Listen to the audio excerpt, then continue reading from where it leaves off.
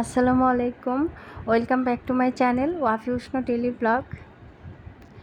বরাবরের মতোই আবারও চলে আসলাম নতুন আরেকটি রেসিপি নিয়ে। শীতেই যে বারবিকিউ খেতে হবে এমন কোনো কথা নেই। আমার কাছে মনে হয় যখন মনে হবে তখনই বারবিকিউটা করা যায়।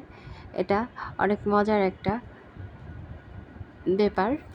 আমরা সবাই যখন একত্রে হই তখন আমরা গেট টুগেদার পার্টি করার জন্য বারবিকিউ করি।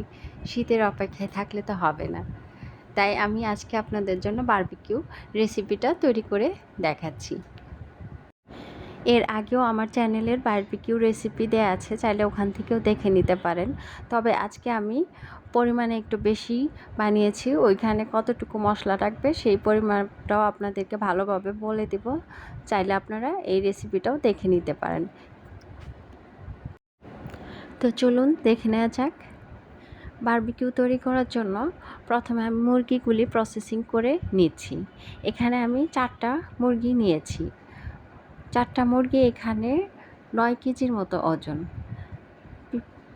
আমি আপনাদেরকে এখন কিভাবে মুরগিগুলি কাটতেছি, কেমন সাইজ হবে সেগুলিও আপনাদেরকে দেখিয়ে দিচ্ছি।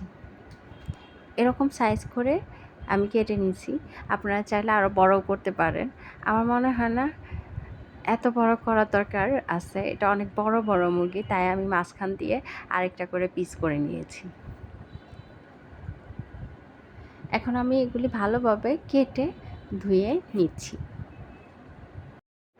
এবং মুরগিগুলি কিন্তু এভাবে ছুরির সাহায্যে আমি মাঝখান দিয়ে কেটেও নিয়েছি, যাতে ভিতরে মশলাগুলি ভালোভাবে ঢুকে যায়। আপনাদেরকে দেখিয়ে দিচ্ছি যে এরকম ভিতরে ছুরির সাহায্যে কেটে নিয়েছি। এরপর আমি ভালোভাবে ধুয়ে আবার কাঁটা চামচের সাহায্যেও এগুলি করে নিচ্ছি। এখন আমি কাঁটা চামচের সাহায্যে এভাবে করে নিচ্ছি, যাতে এর ভিতরে মশলাগুলি ভালোভাবে ঢুকে যায়। এভাবেই আমি সবগুলি রেডি করে নিচ্ছি। এখন আমি বারবিকিউ তৈরি করার জন্য কি ইনগ্রেডিয়েন্টস ইউজ করব সেগুলি দেখিয়ে দিচ্ছি। এখানে সরিষার তেল, লেবু, আদা রসুন পেস্ট, বারবিকিউ মশলা, বারবিকিউ সস, সয়া সস, টক দই, চিনি, লবণ নিয়েছি। এখন আমি একটা পাতিলের ভিতরে সবগুলি চিকেন তুলে নিচ্ছি। তবে আমি আপনাদেরকে এখানে বলে দিচ্ছি, এখানে আমি 32 পিস চিকেন নিয়েছি। ওই অনুযায়ী মশলাটা কতটুকু লাগবে আমি আপনাদেরকে পরিমাণটা ভালোভাবে বলে দিচ্ছি। চিকেনের ভিতরে এখন আমি 1 কাপ সরিষার তেল, 2 চামচ চিনি আর বারবিকিউ প্যাকেট মশলার পুরোটা এখানে দিয়ে দিচ্ছি। এখন এর মধ্যে অ্যাড করে দিচ্ছি 1 কাপের মতো বারবিকিউ সস, 1 কাপের মতো সয়া সস দিয়ে দিচ্ছি। এটা আমি অনুমান করেই দিয়ে দিচ্ছি, আপনারা চাইলে মেপেও দিতে পারেন। এবং সাথে অ্যাড করে দিচ্ছি 1 কাপের মতো আদা রসুন পেস্ট এবং সাথে অ্যাড করে দিচ্ছি টক দই। টক দই এখানে আমি 1.5 কাপের মতো দিয়ে দিচ্ছি। এরপর এখানে 2টা লেবু চিপটে রসটা দিয়ে দিচ্ছি।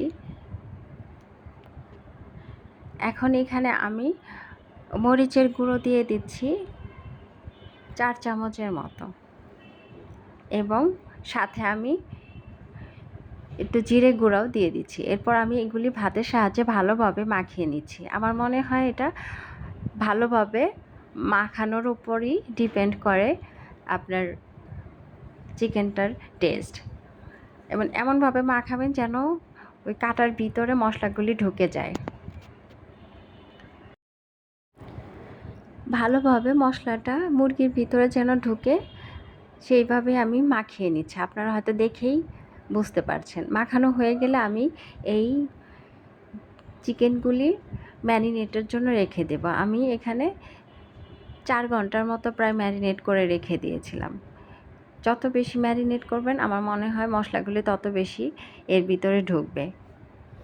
হাতে সময় থাকলে আপনি সময় বাড়ায় নিতে পারেন, অথবা কম সময় থাকলে সময়ও ম্যারিনেট করে নিতে পারেন। এখন আমি আপনাদেরকে এগুলি ম্যারিনেট করে রেখে দেওয়ার পর ফ্রাই করে দেখিয়ে দিচ্ছি। এখন চুলায় আমি বারবিকিউগুলি করে দেখাচ্ছি। চুলা ধরানোর ভিডিওটা এখানে স্কিপ হয়ে গেছে, তাই আমি আপনাদেরকে দেখাতে পারিনি। এখন আমি ব্রাশের সাহায্যে উপর দিয়ে ব্রাশ করে নিচ্ছি। সরিষার তেল বা বাটার যে কোনো একটা কিছু আপনারা চাইলে এখানে ব্রাশ করে নিতে পারেন। আমি এখানে বাটারটা ইউজ করেছি, এতে গ্রানটা ভালো আসে। তবে যদি আপনার বাসায় বাটার না থাকে তাহলে সরিষার তেল এর উপর দিয়ে ব্রাশ করে নিতে পারেন। এভাবে কিছুক্ষণ পর পরই ব্রাশ করে নিলে চিকেনের টেস্ট অনেক বেশি জুসি হয়। আমার এই বারবিকিউ রেসিপিটা যদি আপনাদের কাছে ভালো লেগে থাকে তাহলে অবশ্যই আপনাদের ফ্যামিলি এবং ফ্রেন্ডদের সাথে বেশি বেশি শেয়ার এবং সাবস্ক্রাইব করবেন। এবং আমার চ্যানেলের অন্যান্য ভিডিও দেখতে চাইলে ডেসক্রিপশন বক্সে লিংক দেওয়া আছে, ওখান থেকেই দেখে নেবেন। আজ এ পর্যন্তই, সবাই ভালো থাকবেন। আল্লাহ হাফেজ।